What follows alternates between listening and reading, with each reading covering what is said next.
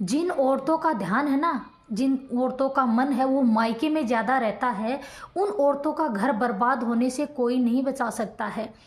ये वीडियो आपको अगर अच्छा लगे, छोटी सी स्टोरी है, पूरी ज़रूर सुनना, और वीडियो अच्छा लगे तो लाइक शेयर ज़रूर कर देना। एक पति, बहुत सीधा साधा पति था, और उसकी शुरू से शादी के पहले दिन से ही ये ख्वाहिश थी कि इस घर में मेरी पत्नी की हंसी गूंजे, और रोज़ मैं शाम को जब ऑफिस से घर आऊं तो मेरी पत्नी है वो रोज़ मेरा इंतज़ार करे। लेकिन उसकी शादी को 1 साल हो गया था।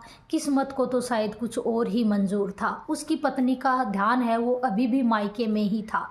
तो वो पति उसे कहता कि कुछ ध्यान इस घर पे भी दे लो, कुछ ध्यान मेरे ऊपर भी दे लो, इस घर को भी अपना समझ लो।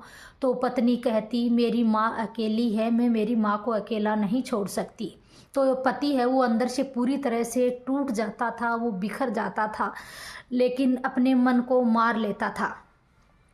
रात को जब वो ऑफिस से घर आता था, उसे ना ढंग से खाना पीना होता था, और रात को देर तक उसे नींद नहीं आती थी, वो करवटें बदलता रहता था, उसे अकेलापन है वो बहुत खलता था।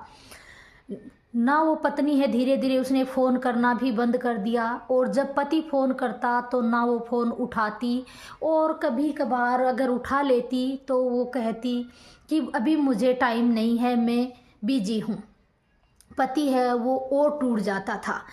एक दिन धीरे धीरे वो अंदर से बहुत ज़्यादा टूट चुका था, तो ऑफिस में एक दिन उसको चक्कर आ गए और उसको अस्पताल में भर्ती करवाया गया। तो डॉक्टर ने उससे पूछा कि घर में तुम्हें कोई तुम्हारा ध्यान रखने वाला घर में कोई है? तो पति ने ना में सिर हिलाया।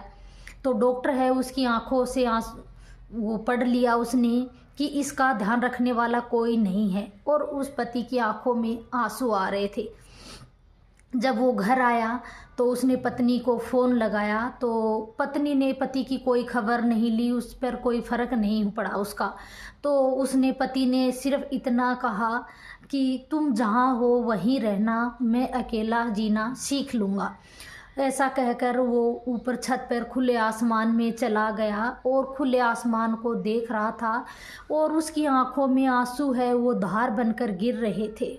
वो सोच रहा था कि क्या कमी रह गई मेरे प्यार में, जो मेरी पत्नी है वो मेरे से प्यार नहीं करती, क्यों मुझे प्यार के बदले प्यार नहीं मिल रहा है, क्यों मेरे साथ ऐसा हो रहा है।